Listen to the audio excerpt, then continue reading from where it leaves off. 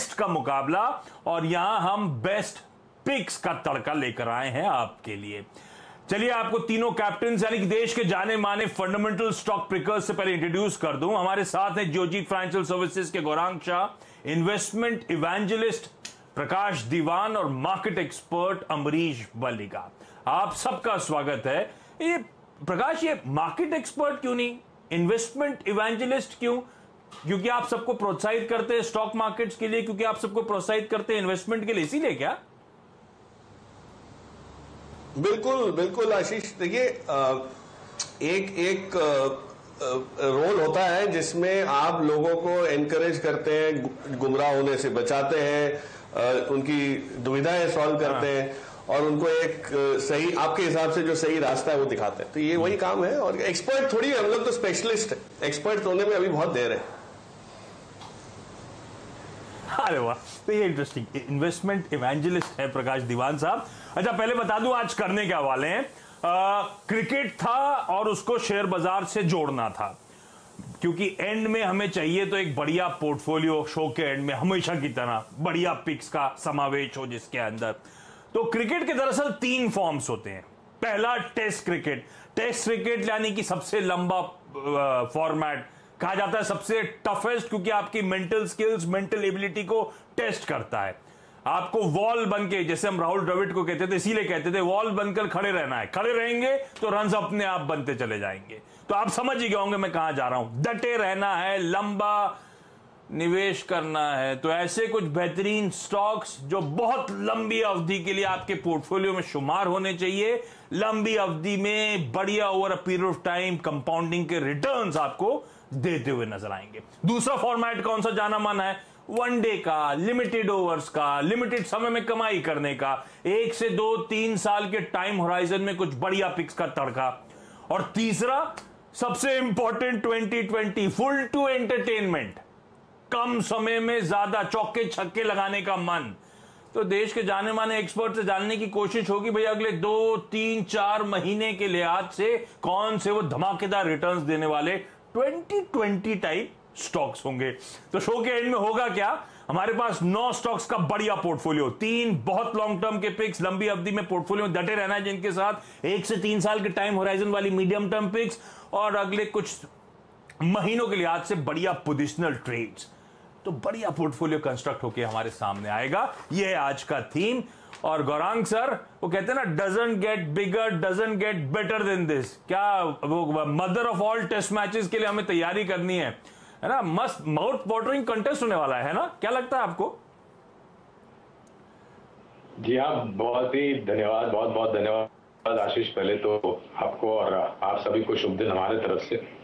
तो हम, जैसे अभी जिक्र हो रहा था, हम तो एक्सपर्ट नहीं, हम हमारे आप को, अपने आप को एक निमित्त समझते हैं, और एक निमित्त के माध्यम के द्वारा और जिस तरीके से CNBC आवाज हमें मौका देता है लोगों के समक्ष आकर के उनका मार्गदर्शन करना और उनको इधर उधर भटकने से बचाना, बस यही है हमारा काम। तो हम तो निमित्त मात्र है। और जहां तक रहा सवाल टेस्ट मैच का, तो मेरे ख्याल से बहुत ही रोमांचक मैच होने वाला है और दोनों ही पक्ष बहुत ही सक्षम और मजबूत हैं। तो देखना पड़ेगा कि आखिर में मुकद्दर का सिकंदर बनता कौन है। और हमारी उम्मीद है और हमारी शुभकामनाएं हैं भारतीय टीम के साथ। ये प्रकाश सर ने एक अच्छा वर्ड दे दिया। ये सब दरअसल एक्सपर्ट्स ही हैं, इन्होंने अपने आप को धीरे से ट्वीक कर लिया है। तो ये देश के जाने माने स्टॉक पिकर्स ही आपको आपकी स्क्रीन पे नजर आ रहे हैं। इनॉग्रल है वर्ल्ड टेस्ट चैंपियनशिप, उसका फाइनल और एक न्यूट्रल प्लेस इंग्लैंड में ये मुकाबला होने जा रहा है। अच्छा, पहले ये ओरिजिनली स्केड्यूल्ड था लॉर्ड्स में, उसके बाद इसको शिफ्ट कर दिया गया साउथहैम्पटन में, इसीलिए क्योंकि साउथहैम्पटन का जो क्रिकेट कॉम्प्लेक्स है उसके अंदर ही इनके पास होटल है। तो वो जो बबल है उसमें ईज होता है, आसानी से उसमें मुकाबले हो सकते हैं, उसमें मैच हो सकता है, इसीलिए लॉर्ड्स नहीं साउथहैम्पटन में इस बार ये मुकाबला हो रहा है। अमरीश सर, वीकेंड का शेड्यूल तो पैक एकदम, टीवी के से ग्लूड रहना है ना? नहीं, इनफैक्ट मैं I think I am a rare person who is not following cricket, तो उतना मैं ध्यान नहीं देता क्रिकेट मैच पे। तो वीकेंड तो श्योरली फ्री रहेगा मेरे लिए, क्योंकि stock market is a bigger game for me. और in fact this is what I have been doing for the last करीब 35 साल से यही कर रहा हूँ। तो this is my hobby, this is my profession. और इसमें मैं टेस्ट प्लेयर हूँ। इनफैक्ट कभी कभी 2020 खेल लेता हूँ मार्केट में, बट मोस्टली लॉन्ग टर्म देखता हूँ, टेस्ट प्लेयर हूँ। नहीं तो ठीक है, ये शो जो है ना वीकेंड में कई बार रिपीट होगा, तो आप हर बार रिपीट देखते रहिएगा अगर आप मैच नहीं देख रहे होंगे तो। अच्छा, अब जरा वेरी लॉन्ग टर्म पिक के साथ पोर्टफोलियो कंस्ट्रक्शन की शुरुआत कर देता हूं। तो वेरी लॉन्ग टर्म वो हमारा टेस्ट मैच वाली पिक्स जो लंबी अवधि के लिए पोर्टफोलियो में रखना है। एक्सपर्ट्स का उन स्टॉक्स के साथ भरोसा है और आज नहीं कल नहीं आने वाले कई सालों तक एक बढ़िया कंपाउंडिंग स्टोरी शायद बन के ये स्टॉक्स उभरे। दीवान सर, आपके साथ शुरुआत। पहला स्टॉक कौन सा, ये टेस्ट कैटेगरी का? जी आशीष, बिल्कुल आपने जो भूमिका बनाई है टेस्ट मैच खेलवाने की, उसमें ये बिल्कुल मेरे हिसाब से खरा उतरता है। और खरा उतरने का कारण ये एक स्टॉक का नाम है आईटीसी। और इससे जहां हम बोलते हैं कि टेस्ट मैच में आपकी पेशेंस और परसिवरेंस का सबसे बड़ा वो योगदान होता है, इससे ज्यादा परसिवरेंस और पेशेंस कोई स्टॉक ने टेस्ट नहीं करी है।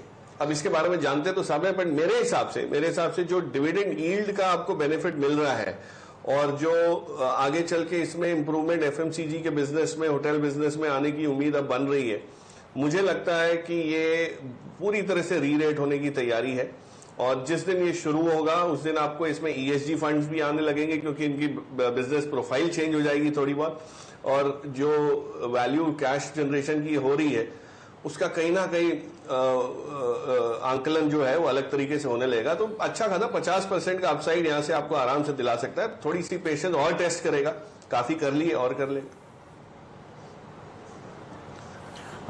तो ये 5वां टेस्ट मुकाबला है, 4 हो चुके हैं, ये 5वां टेस्ट मैच खेलने वाले हम आईटीसी के साथ। लेकिन आईटीसी वाकई पेशेंस टेस्ट करने वाली बात तो बिल्कुल सही है, पेशेंस टेस्ट कर रहा है। सब जानते हैं कि रीरेट होगा, पर कितना ये टाइम वाइज करेक्शन और कंटिन्यू होगा एनीबडी इज गेस। लेकिन दीवान सर कह रहे हैं इसको पोर्टफोलियो में रख लीजिए यहां से। और ये कई बार आजकल वीकेंड शो में आईटीसी का नाम शुमार हो रहा है, आप लोग नोटिस कर रहे होंगे। तो आईटीसी रखें, रोज स्क्रीन को ना देखें, ये वेरी लॉन्ग टर्म पिक की कैटेगरी में रखा गया है। बहुत कुछ डेवलपमेंट्स एक्सपेक्टेड हैं स्ट्रीट के स्टॉक के साथ होंगे आने वाले समय में। 50% के रिटर्न्स इवेंचुअली देगा, और अगर लॉन्ग टर्म में रख लिया और रीरेट होना शुरू हुआ तो इस तरह के बड़े कंसोलिडेशन के बाद जो स्टॉक्स निकले हैं निफ्टी के ही कॉन्स्टिट्यूएंट्स, उनकी रीरेटिंग देखिए क्या गजब की हुई है। तो आईटीसी को रडार पर रखेंगे। पहला ये टेस्ट वो कैटेगरी वाला स्टॉक आपकी स्क्रीन पर। गौरांग सर, आपकी तरफ से कौन सा? तो लंबी अवधि के लिए हमने जीवन बीमा से जुड़ी हुई निजी क्षेत्र की एक बहुत ही मजबूत, सक्षम और बेहतरीन मैनेजमेंट के तरफ से आई हुई कंपनी एचडीएफसी लाइफ को पसंद किया है। और ये काफी लंबे समय से पसंद रही है हमारी। आशीष, आपको अगर याद होगा तो हमने कई बार इसका जिक्र किया है। और हमारी ये उम्मीद है कि जिस तरीके से अब बदलाव हो रहा है, लोग जीवन बीमा के लेने के लिए उत्सुक हो रहे हैं, और एक जरूरतमंद चीज अपने परिवारजनों को आने वाले भविष्य में किसी भी अनिश्चितता का सामना करने के लिए अगर आपको कुछ हो जाता है तो उनके लिए आप ये काम करके जाते हैं। न्यू इंश्योरेंस प्रीमियम की रन रेट आने वाले समय में बहुत ही बेहतरीन तरीके से ऊपर जाएगी और इनका मार्केट शेयर भी बढ़ेगा। लंबी अवधि के लक्ष्य हमने जो निर्धारित किया है वो करीबन 950 का है एचडीएफसी लाइफ। सॉलिड पेडिग्री, और जिस स्पेस में ये है बहुत तगड़ा आउटलुक एक्सपर्ट्स मानते हैं। बहुत वर्जिन मार्केट्स हैं जो इंश्योरेंस एज अ स्पेस को एक्सप्लोर करने इस देश में, तो बढ़िया मोमेंटम इवेंचुअली स्टॉक पकड़ेगा ओवर द इयर्स। तो ये वेरी लॉन्ग टर्म पिक की कैटेगरी है जिस पे अभी बातचीत चल रही है। आईटीसी के बाद एचडीएफसी लाइफ आप लोग की स्क्रीन पर। मैं सम अप कर दूंगा, रैप अप करूंगा शो के आखिरी में। अभी अमरीश सर के पास जा रहा हूं उनकी तरफ से जानने के लिए ये टेस्ट मुकाबले में कौन सा खिलाड़ी उतार रहे हैं। अमरीश सर, कौन सा है? मेरा स्टॉक है भारतीय एयरटेल। आईटीसी जैसा है, ये भी टेस्ट कर रहा है पेशेंस, पर मुझे लगता है कि काफी अच्छा परफॉर्मेंस आएगा आगे जाके, क्योंकि टेलीकॉम जो है it is non discretionary consumption, इसमें चॉइस नहीं है, आपको लेना ही पड़ता है।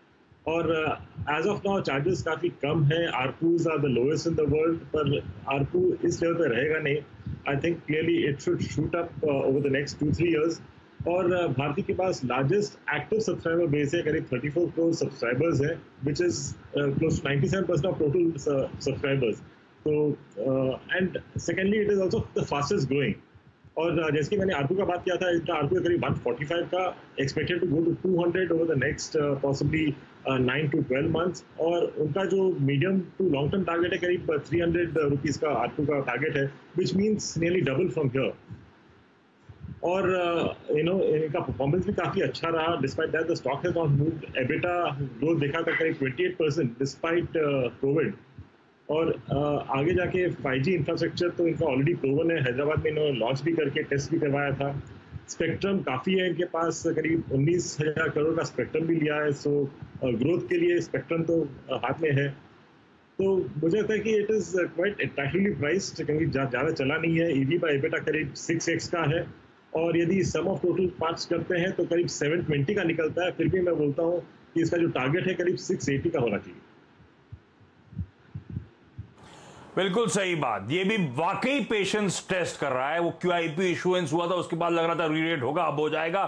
इतने समय से ये 500 से 600 के बैंड में कंसोलिडेट करता हुआ आपको नजर आ रहा है, लेकिन चलेगा। और मोटा मोटी ये टेलीकॉम का बाजार इस देश में डुओपोली मार्केट हो चुका है और बहुत बड़ा बाजार है, इसीलिए भारतीय जैसा स्टॉक आप पोर्टफोलियो में रखने की जरूरत। पेशेंस टेस्ट कर रहा है ये भी, लेकिन ये वेरी लॉन्ग टर्म पिक्स वाली कैटेगरी में है, रखिएगा पोर्टफोलियो में। इवेंचुअली